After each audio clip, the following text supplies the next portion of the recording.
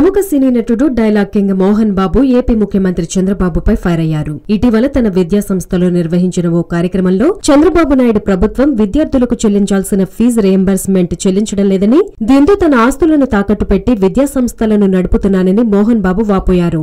దీనిపై పలుమార్లు చంద్రబాబుకు లేఖలు రాసినా స్పందించలేదని ఆరోపించారు. కొన్ని రోజులుగా చంద్రబాబును విమర్శించిన మోహన్ బాబు తనదైన శైలిలో మళ్లీ బాబుకు వార్నింగ్ ఇచ్చారు. ఏపీలో చంద్రబాబు విద్యా సంస్థలన్నింటినీ నిర్వీర్యం చేస్తున్నారని మోహన్ బాబు మండిపడ్డారు. చంద్రబాబు పరిపాలన అధ్వానంగా మారిందని ఎద్దేవా చేశారు. What you are doing mister Chandrababu అంటూ వార్నింగ్ ఇచ్చారు. రాజశేఖర రెడ్డి హయాంలో ప్రవేశపెట్టిన ఫీజు రియంబర్స్మెంట్ తో లక్షలాది విద్యార్థులు లబ్ధి పొందారని తెలిపారు. 2017-18లో చంద్రబాబు నాయుడు ఫీజు రియంబర్స్ బకాయిలు చెల్లించడంలో కొత్త నిబంధనలు పెట్టారని మండిపడ్డారు.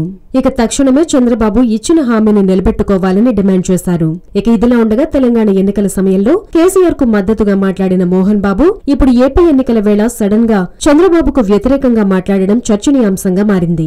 అయితే కొన్ని రోజుల నుండి మోహన్ బాబు కుటుంబం వైసీపీలో చేరుతారని ప్రచారం జరుగుతోంది. కాగా ఈ ప్రచారానికి బలం చేకూరుస్తూ మోహన్ బాబు కుమారుడు విష్ణు వైసీపీ అధినేత జగన్ ను కలిశారు.